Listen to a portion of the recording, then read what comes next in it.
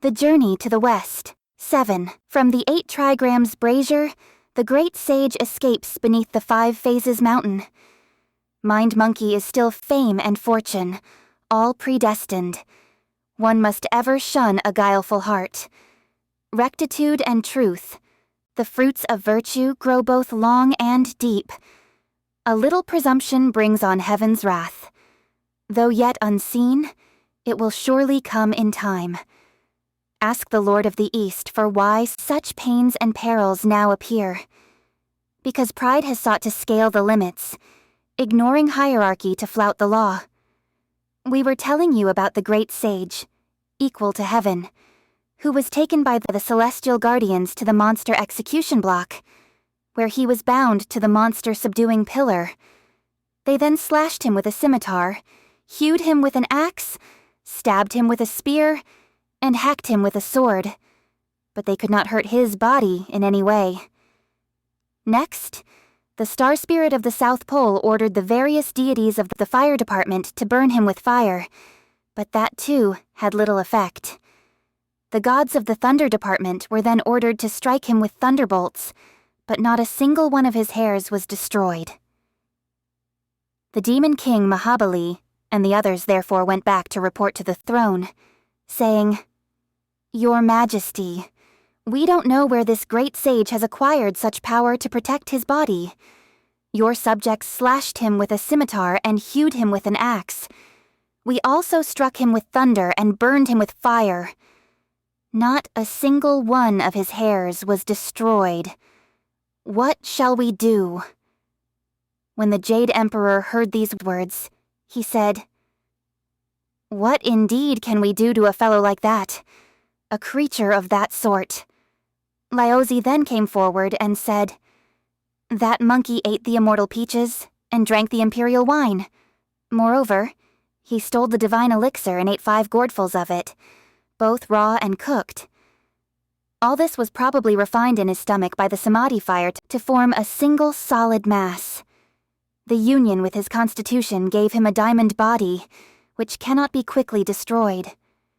It would be better, therefore, if this Taoist takes him away and places him in the brazier of 8 trigrams, where he will be smelted by high and low heat. When he is finally separated from my elixir, his body will certainly be reduced to ashes." When the Jade Emperor heard these words, he told the 6 gods of darkness and the 6 gods of light to release the prisoner and hand him over to Lyozi, who left in obedience to the divine decree.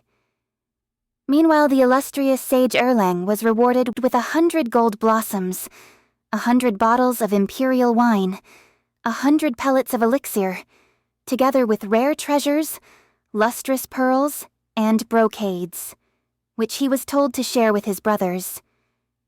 After expressing his gratitude, the immortal master returned to the mouth of the river of libations, and for the time being, we shall speak of him no further.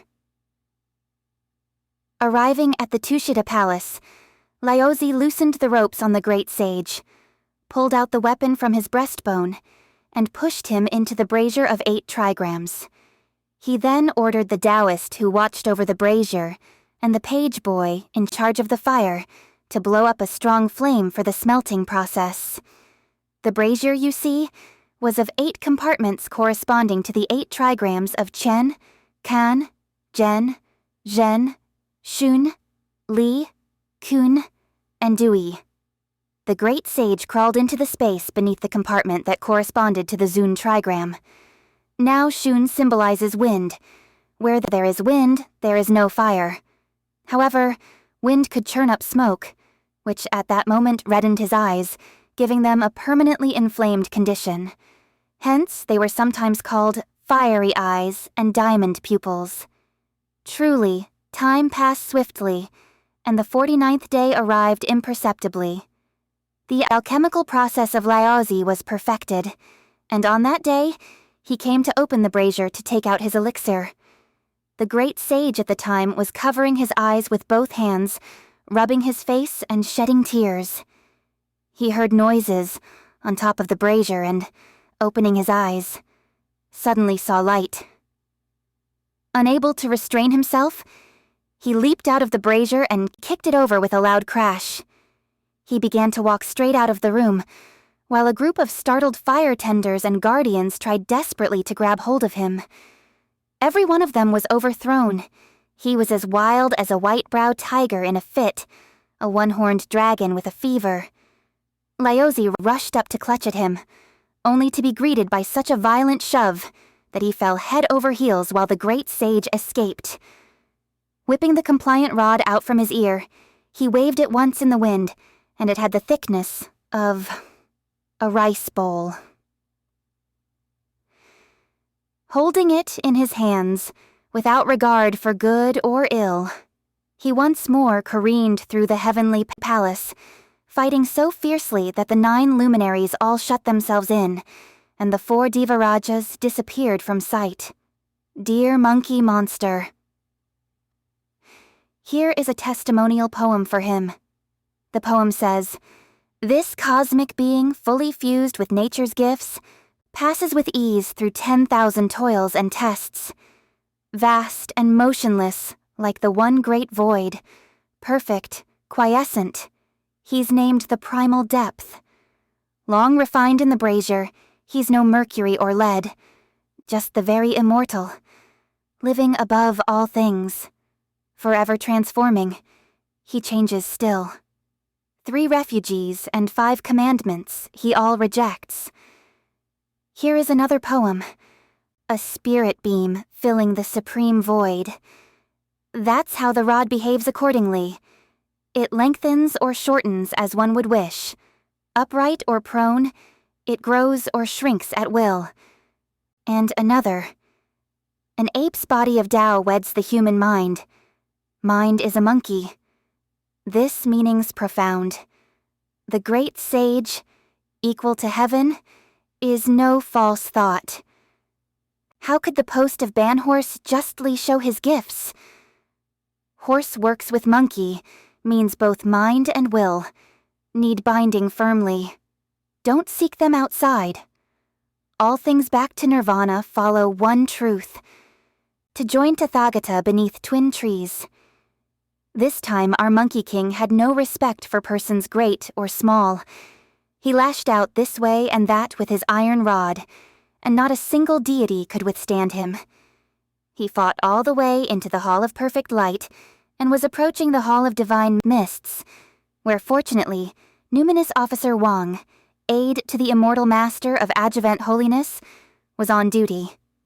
He saw the great sage advancing recklessly, and went forward to bar his way, holding high his golden whip. "Wanton monkey!" he cried. "Where are you going? I am here, so don't you dare be insolent." The great sage did not wait for further utterance. He raised his rod and struck at once, while Numinous Officer met him also with brandished whip. The 2 of them charged into each other in front of the Hall of Divine Mists. What a fight that was, between a red-blooded patriot of ample fame and a heaven's rebel with notorious name. The saint and sinner gladly tangle close so that 2 brave fighters can test their skills. Though the rod is fierce and the whip is fleet, how can the upright and just one forbear? This one is a supreme god of judgment, with thunderous voice. The other, the great sage, equal to heaven. A monstrous ape. The golden whip and the iron rod used by the 2 are both divine weapons from the House of God. At Divine Mist's treasure hall, they show their might today, each displaying his prowess winningly. This one brashly seeks to take the Big Dipper Palace. The other with all his strength defends the sacred realm. In bitter strife, relentless they show their power, moving back and forth. Whip or rod has yet to score. The 2 of them fought for some time, and neither victory nor defeat could yet be determined. The Immortal Master of Adjuvant Holiness, however, had already sent word to the Thunder Department. and 36 thunder deities were summoned to the scene. They surrounded the great sage and plunged into a fierce battle. The great sage was not in the least intimidated. Wielding his compliant rod, he parried left and right and met his attackers to the front and to the rear. In a moment, he saw that the scimitars, lances, swords, halberds, whips, maces, hammers, axes, gilt bludgeons, sickles, and spades of the thunder deities were coming thick and fast. So with one shake of his body, he changed into a creature with 6 arms and 3 heads. One wave of the compliant rod, and it turned into 3. His 6 arms wielded the 3 rods like a spinning wheel, whirling and dancing in their midst. The various thunder deities could not approach him at all. Truly his form was tumbling round and round, bright and luminous. A form everlasting, how imitated by men. He cannot be burned by fire. Can he ever be drowned in water? A lustrous pearl of Mani he is indeed, immune to all the spears and the swords. He could be good, he could be bad. Present good and evil he could do at will. He'd be an immortal, a Buddha if he's good. Wickedness would cloak him with hair and horn. Endlessly changing, he runs amok in heaven, not to be seized by fighting lords or thunder gods. At the time, the various deities had the great sage surrounded, but they could not close in on him. All the hustle and bustle soon disturbed the Jade Emperor, who at once sent the wandering minister of inspection and the immortal master of blessed wings to go to the western region and invite the aged Buddha to come and subdue the monster. The 2 sages received the decree and went straight to the Spirit Mountain. After they had greeted the 4 Vajra Buddhas and the 8 Bodhisattvas in front of the treasure temple of Thunderclap, they asked them to announce their arrival. The deities therefore went before the treasure lotus platform and made their report. Tathagata at once invited them to appear before him, and the 2 sages made obeisance to the Buddha 3 times before standing in attendance beneath the platform. Tathagata asked, "What causes the Jade Emperor to trouble the 2 sages to come here?" The 2 sages explained as follows. Some time ago, there was born on the Flower Fruit Mountain a monkey who exercised his magic powers and gathered to himself a troop of monkeys to disturb the world. The Jade Emperor threw down a decree of pacification and appointed him a Bimawan, but he despised the lowliness of that position and left in rebellion. Deva Raja Li and Prince Nata were sent to capture him, but they were unsuccessful, and another proclamation of amnesty was given to him. He was then made the great sage, equal to heaven, a rank without compensation. After a while, he was given the temporary job of looking after the Garden of Immortal Peaches, where almost immediately he stole the peaches. He also went to the Jasper Pool and made off with the food and wine, devastating the grand festival. Half drunk, he went secretly into the Tushita Palace, stole the elixir of Lyosi, and then left the Celestial Palace in revolt. Again, the Jade Emperor sent 100,000 heavenly soldiers.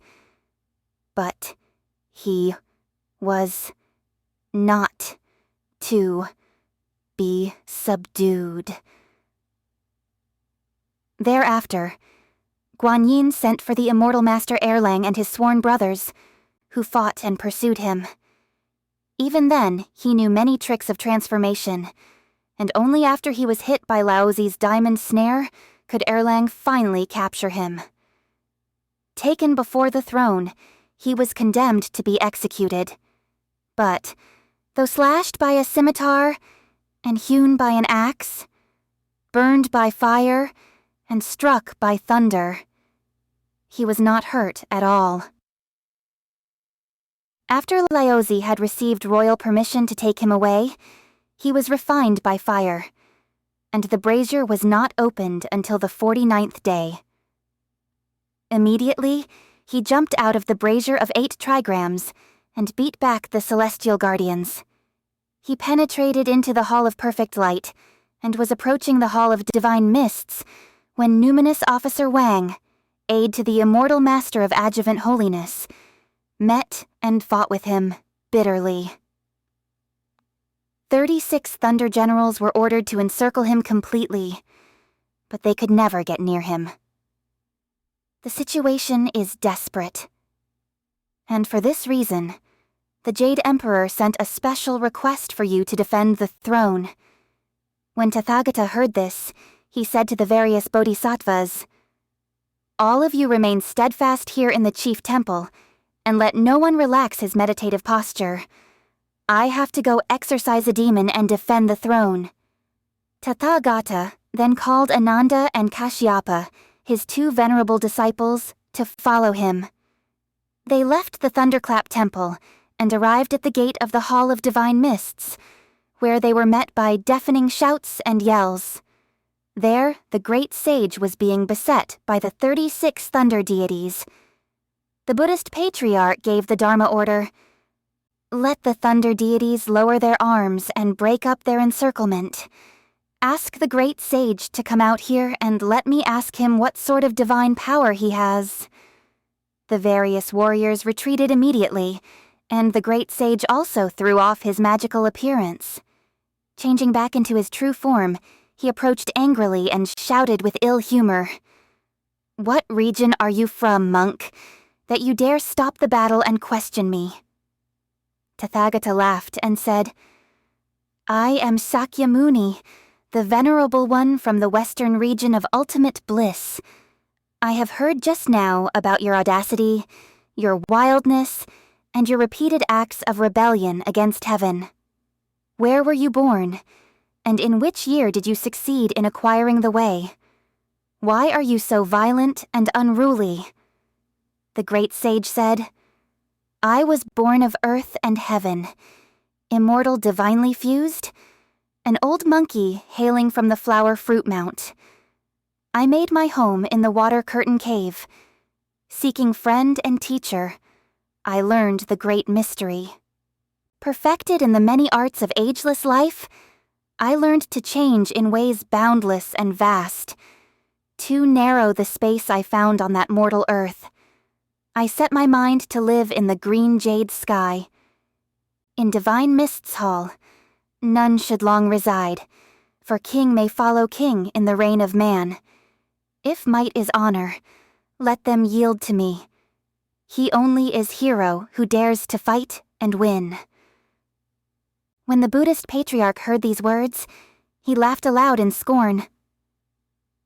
"A fellow like you," he said, "is only a monkey who happened to become a spirit. How dare you be so presumptuous as to want to seize the honored throne of the exalted Jade Emperor?" He began practicing religion when he was very young, and he has gone through the bitter experience of 1,750 kalpas, with each kalpa lasting 129,600 years. Figure out yourself how many years it took him to rise to the enjoyment of his great and limitless position. You are merely a beast who has just attained human form in this incarnation. How dare you make such a boast? Blasphemy! This is sheer blasphemy, and it will surely shorten your allotted age. Repent while there's still time and cease your idle talk. Be wary that you don't encounter such peril that you will be cut down in an instant, and all your original gifts will be wasted. Even if the Jade Emperor has practiced religion from childhood," said the great sage, "he should not be allowed to remain here forever. The proverb says, 'Many are the turns of kingship.' By next year the turn will be mine. Tell him to move out at once and hand over the Celestial Palace to me. That'll be the end of the matter. If not, I shall continue to cause disturbances, and there'll never be peace. Besides your immortality and your transformations, said the Buddhist patriarch, what other powers do you have that you dare to usurp this hallowed region of heaven? I've plenty of them, said the great sage. Indeed, I know 72 transformations and a life that does not grow old through 10,000 kalpas. I know also how to cloud somersault, and one leap will take me 108,000 miles. Why can't I sit on the heavenly throne? The Buddhist patriarch said, let me make a wager with you. If you have the ability to somersault clear of this right palm of mine, I shall consider you the winner. You need not raise your weapon in battle then, for I shall ask the Jade Emperor to go live with me in the west and let you have the celestial palace. If you cannot somersault out of my hand, you can go back to the region below and be a monster. Work through a few more kalpas before you return to cause more trouble. When the great sage heard this, he said to himself, snickering, what a fool this Tathagata is.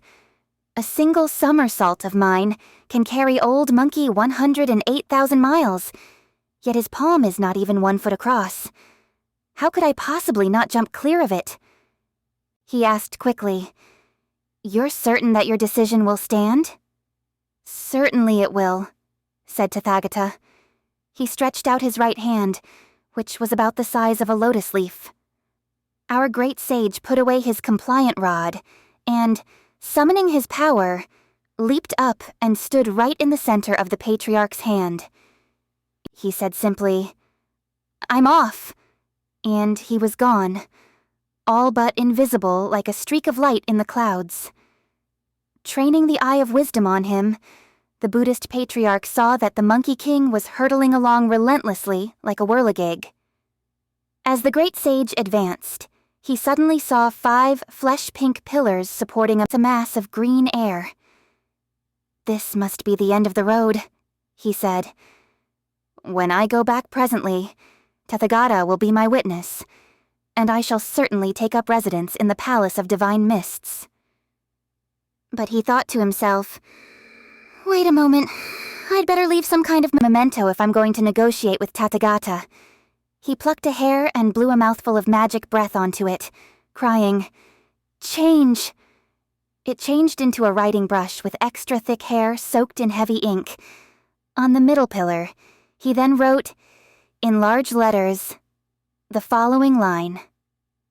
The great sage, equal to heaven, has made a tour of this place. When he had finished writing, he retrieved his hair, and with a total lack of respect, he left a bubbling pool of monkey urine at the base of the first pillar. He reversed his cloud somersault, and went back to where he had started. Standing on Tathagata's palm, he said, I left. And now I'm back. Tell the Jade Emperor to give me the Celestial Palace. You pisshead ape, scolded Tathagata. Since when did you ever leave the palm of my hand? The great sage said, you are just ignorant. I went to the edge of heaven, and I found 5 flesh-pink pillars supporting a mass of green air. I left a memento there. Do you dare go with me to have a look at the place? No need to go there, said Tathagata.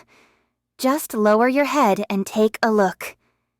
When the great sage stared down with his fiery eyes and diamond pupils, he found written on the middle finger of the Buddhist patriarch's right hand the sentence, the great sage, equal to heaven, has made a tour of this place. A pungent whiff of monkey urine came from the fork between the thumb and the first finger. Astonished, the great sage said, could this really happen? Could this really happen? I wrote those words on the pillars supporting the sky. How is it that they now appear on his finger?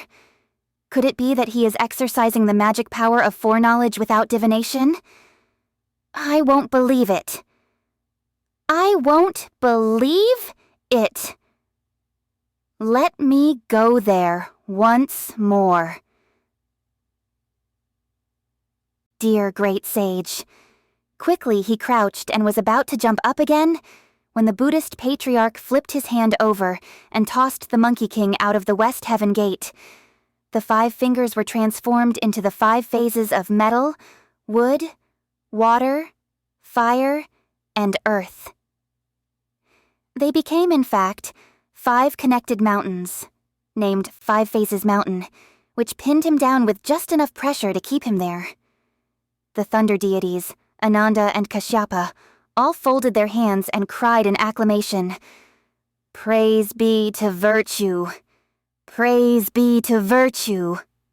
He learned to be human, born from an egg that year, and aimed to reap the authentic way's fruit. He lived in a fine place by Kalpas untouched.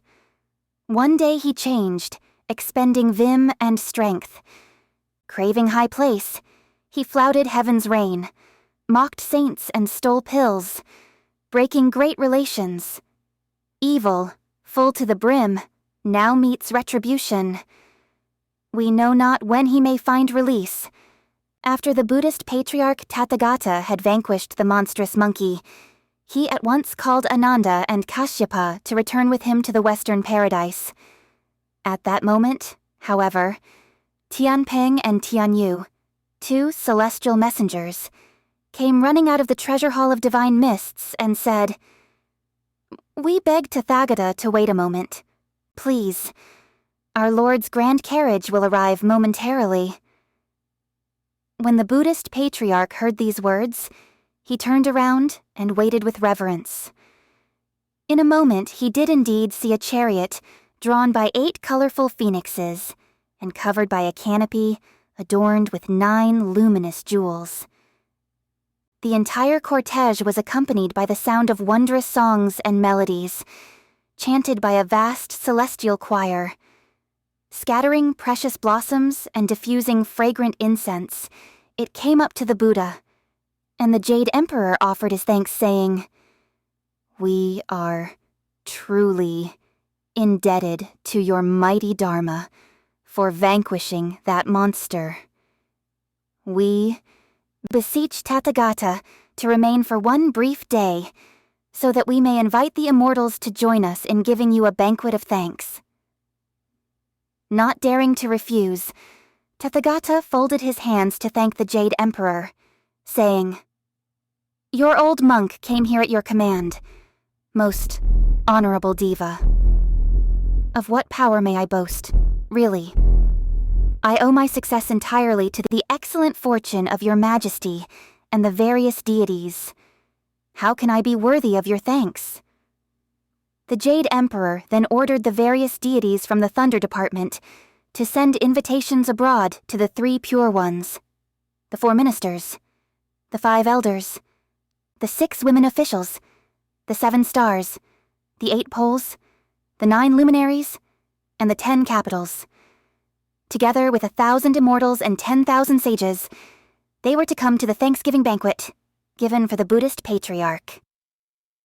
The 4 great imperial preceptors and the divine maidens of 9 heavens were told to open wide the golden gates of the Jade Capital, the treasure palace of primal secret, and the 5 lodges of penetrating brightness.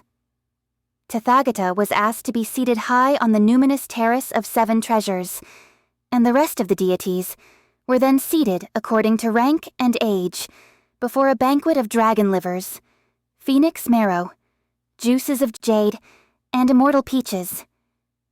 In a little while, the Jade Pure Celestial, worthy of commencement, the highest.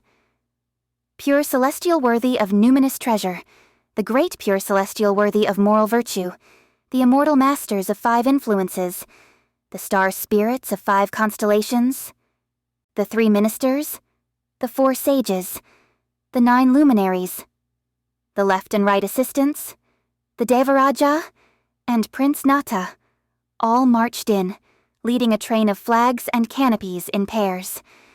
They were all holding rare treasures and lustrous pearls, fruits of longevity and exotic flowers to be presented to the Buddha. As they bowed before him, they said, We are most grateful for the unfathomable power of Tathagata, who has subdued the monstrous monkey. We are grateful, too, to the most honorable diva, who is having this banquet, and asked us to come here to offer our thanks.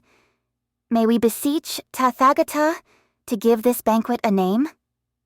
Responding to the petition of the various deities, Tathagata said, "If a name is desired, let this be called the Great Banquet for Peace in Heaven."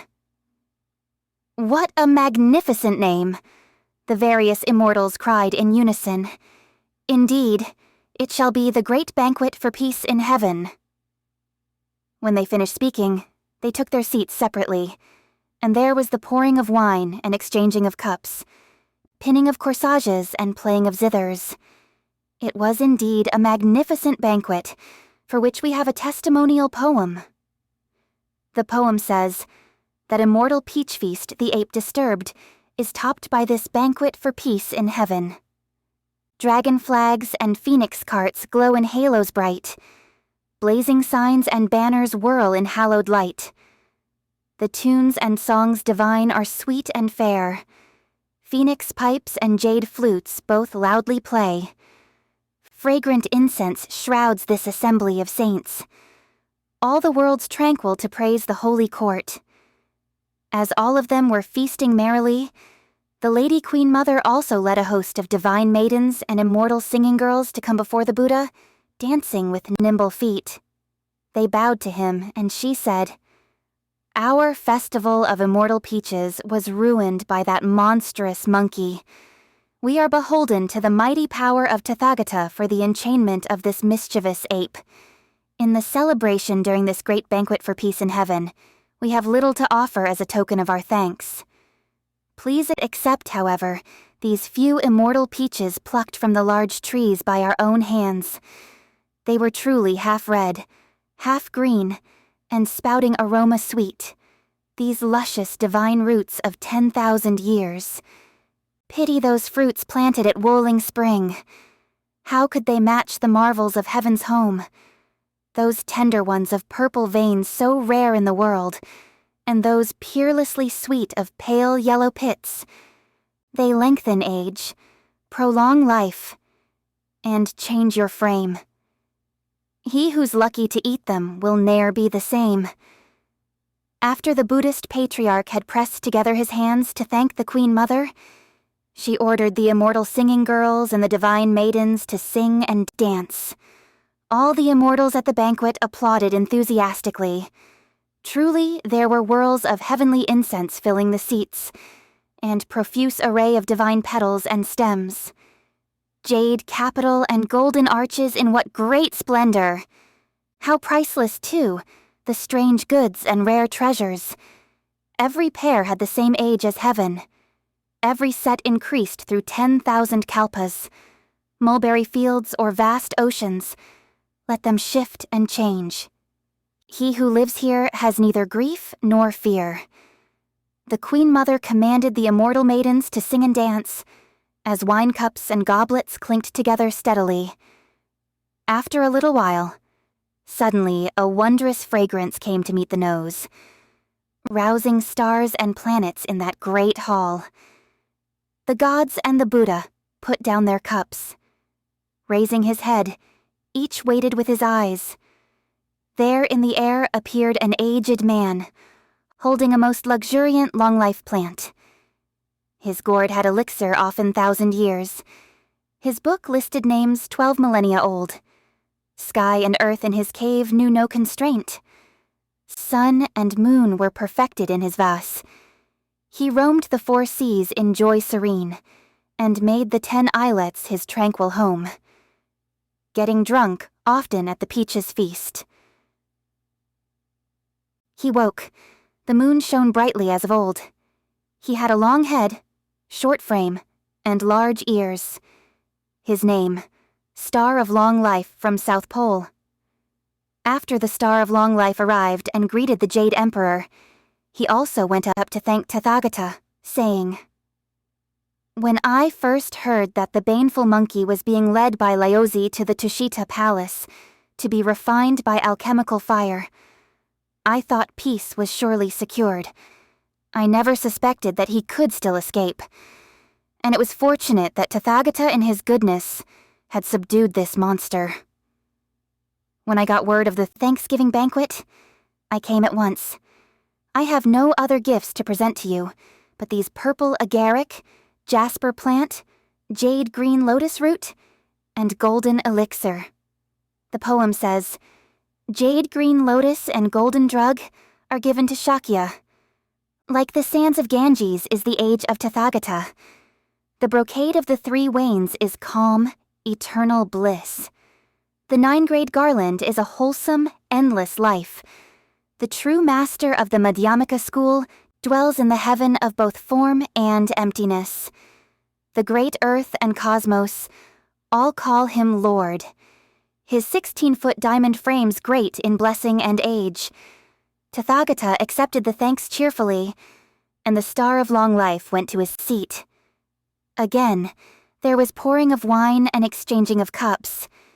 The great immortal of naked feet also arrived. After prostrating himself before the Jade Emperor, he too went to thank the Buddhist patriarch, saying, "I am profoundly grateful for your dharma, which subdued the baneful monkey. I have no other things to convey my respect, but 2 magic pears and some lyre dates, which I now present to you." The poem says, "The naked feet." Immortal brought fragrant pears and dates to give to Amitabha, whose count of years is long. Firm as a hill is his lotus platform of 7 treasures. Brocade-like is his flower seat of 1,000 gold adorned. No false speech is this.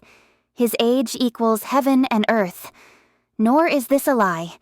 His luck is great as the sea. Blessing and long life reach in him their fullest scope, dwelling in that western region of calm, eternal bliss. Tathagata again thanked him, and asked Ananda and Kashyapa to put away the gifts one by one, before approaching the Jade Emperor to express his gratitude for the banquet. By now, everyone was somewhat tipsy. A spirit minister of inspection then arrived to make the report. "The great sage is sticking out his head." "No need to worry," said the Buddhist patriarch. He took from his sleeve a tag on which were written in gold letters the words Om Mani, Padme Hum. Handing it over to Ananda, he told him to stick it on the top of the mountain. This diva received the tag, took it out of the heaven gate, and stuck it tightly on a square piece of rock at the top of the mountain of 5 phases. The mountain immediately struck root and grew together at the seams, though there was enough space for breathing, and for the prisoner's hands to crawl out and move around a bit. Ananda then returned to report. "The tag is tightly attached." Tathagata then took leave of the Jade Emperor and the deities, and went with the 2 devas out of the heaven gate. Moved by compassion, he recited a divine spell, and called together a local spirit and the fearless guards of 5 quarters to stand watch over the 5 phases mountain.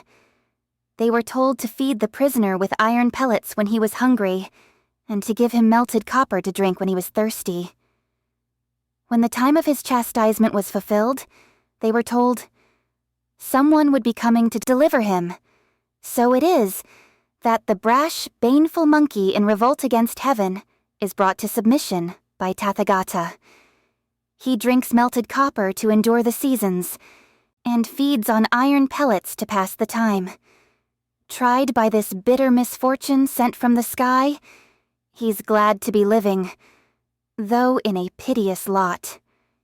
If this hero is allowed to struggle anew, he'll serve Buddha in future and go to the West. Another poem says, prideful of his power. Once the time was ripe, he tamed dragon and tiger, flaunting wily might. Stealing peaches and wine, he roamed heaven's house. He found trust and grace in the city of Jade. He's now bound, for his evils full to the brim. By good stock, unfailing his breath will rise again. If he's indeed to flee Tathagata's hands, He must await from Tang Court the holy monk. We do not know in what month or year hereafter the days of his penance will be fulfilled. Let's listen to the explanation in the next chapter.